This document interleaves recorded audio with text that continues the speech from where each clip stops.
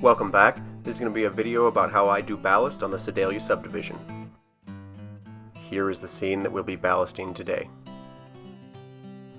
Let us quickly go over the supplies you'll need. I use Woodland Scenics Fine Ballast. You can use any ballast of your choice. I do all my mixing inside a condiment bottle. You can find these locally. And then you'll also need a spray bottle for water. I got mine at Home Depot. And finally, you'll need a medium bristle paintbrush to clean the ballast up once it's laid down.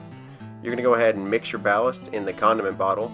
You're going to mix it 2 parts ballast to 1 part dry adhesive. I go ahead and pour about half my ballast in, and then pour my dry adhesive in, and then pour more ballast on top just so I can get it mixed more thoroughly. Once I get all the ballast and the dry adhesive poured into the condiment container, I just go ahead and put on the lid of the condiment container, put my finger over the spout, and then just shake it really well until it's all thoroughly mixed.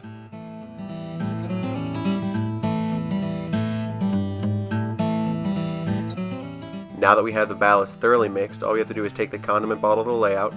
I go ahead and run the bottle down the center of the rail first to get ballast spread out there, and then come back and do light passes on the side, because some of that center ballast is going to end up coming over the sides of the rail anyways, because I always put too much in the center, just to make sure I don't have to do a second pass at it.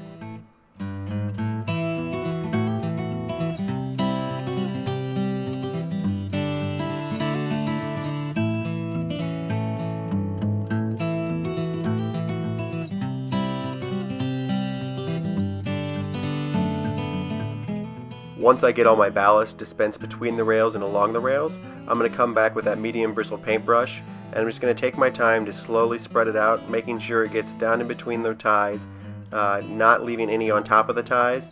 Because of the dry adhesive, it's a resin-based adhesive. All we're going to have to do is spray it with water later, but anything that's kind of up and about, it makes it much more difficult to remove later. So go ahead and take your time here. You want to make sure all the ballast is off the rails and out of the webs of the rails.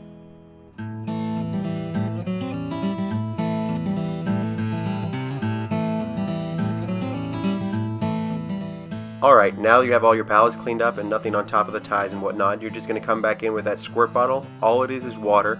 You just want to thoroughly soak all of the ballast, just make sure it is all wet. If there's a little bit water standing, it'll evaporate, so don't worry about that. But you just want to go ahead and make sure everything is thoroughly wet. I just put it on a very light mist and spray over the entire area. Once the entire area is sprayed and set, you're going to want to come back in with a paper towel or a cloth of some sort. You're going to want to clean off any moisture from the tops of the rails. If you leave the moisture on there and the resin sets up, it's going to be extremely difficult to remove later. So you just go in with your paper towel, clean it all off, and then all you have to do is walk away. Let it set up overnight, and in the morning your ballast will be down and cured. Here are a few pictures of the ballast this morning. This is after about 16 hours of setup time. It's nice and solid, and none of the ballast is moving around. There's a couple things I need to go back in with a toothpick and just knock off a little bit that got stuck in the webs of the rail. Thank you for watching, everyone. If you have any questions about any of the techniques or the products I use, you can find us online at www.midwestmodelrr.com. You can also find us at Facebook at Midwest Model Railroad.